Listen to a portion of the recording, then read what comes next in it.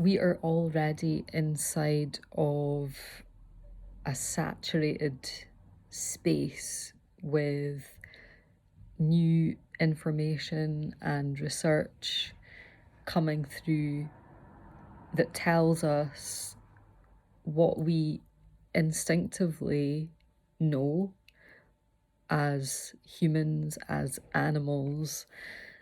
that art is medicine, music is medicine, creative practice is healing and therapeutic. And we are in this space now and simultaneously on the cusp of a real dynamic shift in how that knowledge and information is presented and packaged to us as consumers. And I feel like it is my work and my desire and intention to enter into this space with an offering and with in my act of service as being a reminder that we each have our own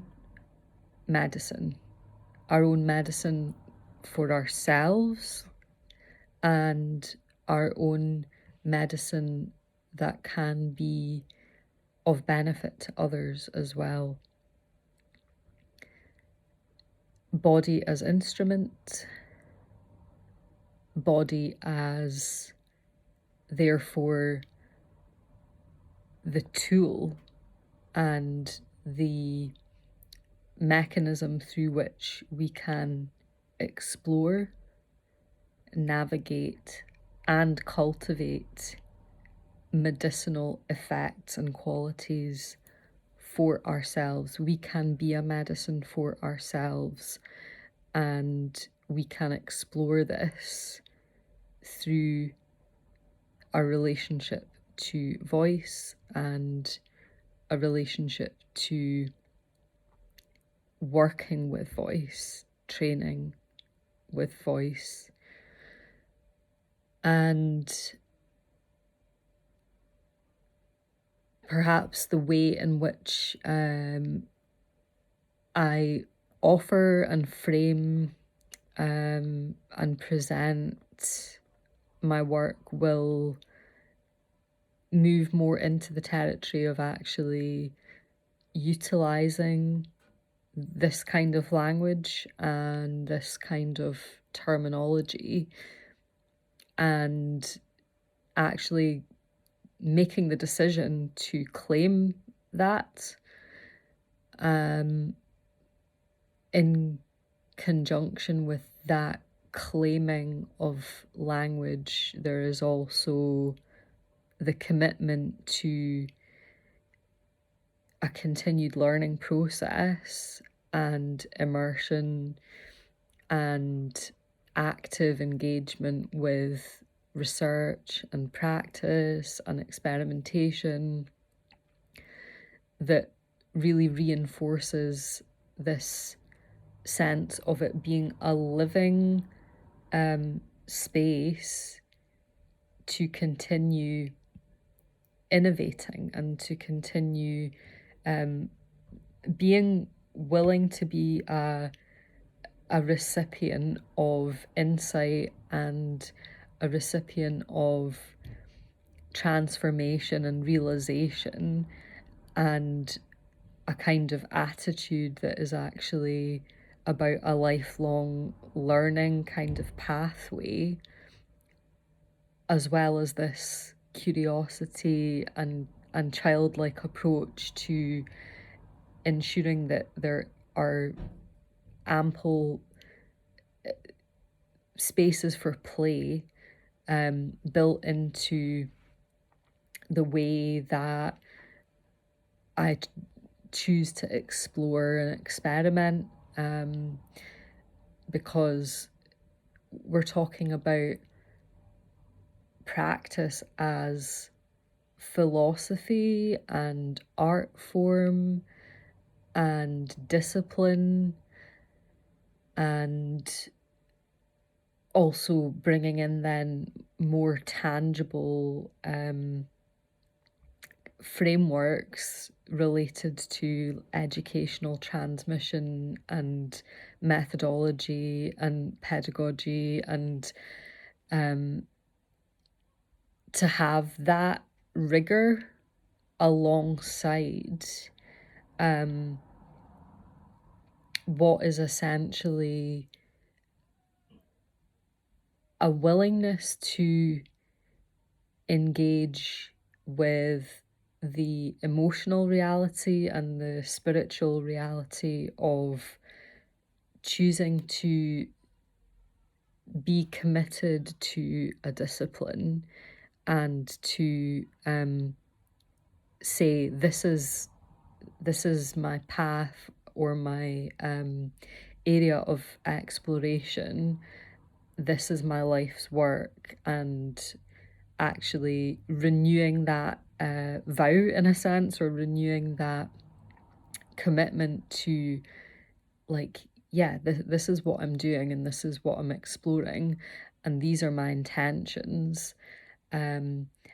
I think with any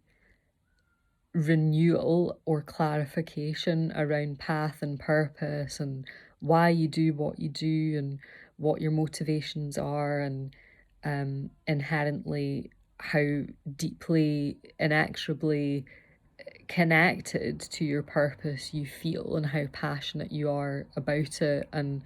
wanting to somehow translate that to others, and express that conviction, that also comes with this requirement, I feel, to be vulnerable and willing to shift gears with regards to how you frame and talk about something. And yes, I think this decision to actually start using the word medicinal and claiming that, and bringing that into a quality of rigor attached to, okay, if we're moving forward in this direction, what tools do we want to adopt and integrate to provide and strengthen the frameworks